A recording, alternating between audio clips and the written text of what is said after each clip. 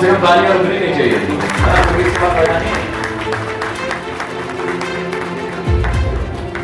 Exchange for media का बहुत बहुत शुक्रिया कि उन्होंने मुझे इस अवार्ड के लिए यहाँ बुलाया।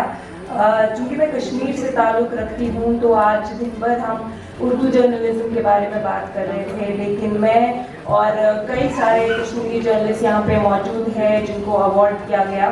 तो मैं ये कहना चाहूँगी कि हम लोग हमारे जो रिपोर्टिंग चैलेंज होते हैं वो काफ़ी मुख्तलिफ है। जितने भी हमारे बॉर्डर के इलाके हैं वहाँ के जो लोग हैं उनके साथ कम्युनिकेट करते हैं तो वो सिर्फ उर्दू में ही हमारे साथ बात करते हैं। तो अब जिनको ये अंदेशा था कि कहीं उर्दू जर्नलिज्म या उर्दू लैंग्वेज जो है वो ख़तरे में तो नहीं है, तो मेरा पर्सनल एक्सपीरियंस ये है कि नहीं, उर्दू बिल्कुल भी ख़तरे में नहीं है।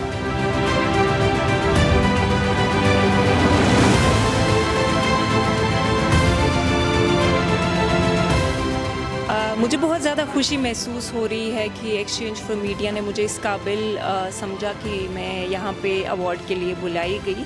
खैर, मैं आवाज़ द वॉइस को रिप्रेजेंट कर रही हूँ और हमारी जो ऑर्गेनाइजेशन है, अब इतनी ज़्यादा नेगेटिविटी जहाँ चल रही है तो हमारी ऑर्गेनाइजेशन की हमेशा ये कोशिश रहती है कि देश भर में जितनी भी पॉजिटिव स्टोरीज़ है, सक्सेस स्टोरीज़ है, हम उसको करें। और मेरी भी यही कोशिश होती है कि मैं कश्मीर से ऐसा कंटेंट भेजूँ जिसमें कहीं ना कहीं पॉजिटिविटी है, लोगों के मसले मसाइल है, मुस्लिम यूथ की सक्सेस स्टोरीज़ है जिनको शायद ही नेशनल प्लेटफॉर्म पे कभी जगह मिलती है।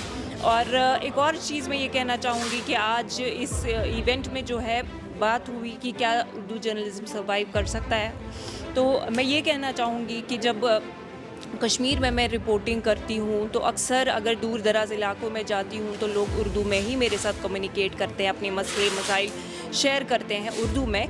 तो ये एक सबूत है कि उर्दू जर्नलिज्म या उर्दू एज अ लैंग्वेज कभी ख़त्म नहीं होगी।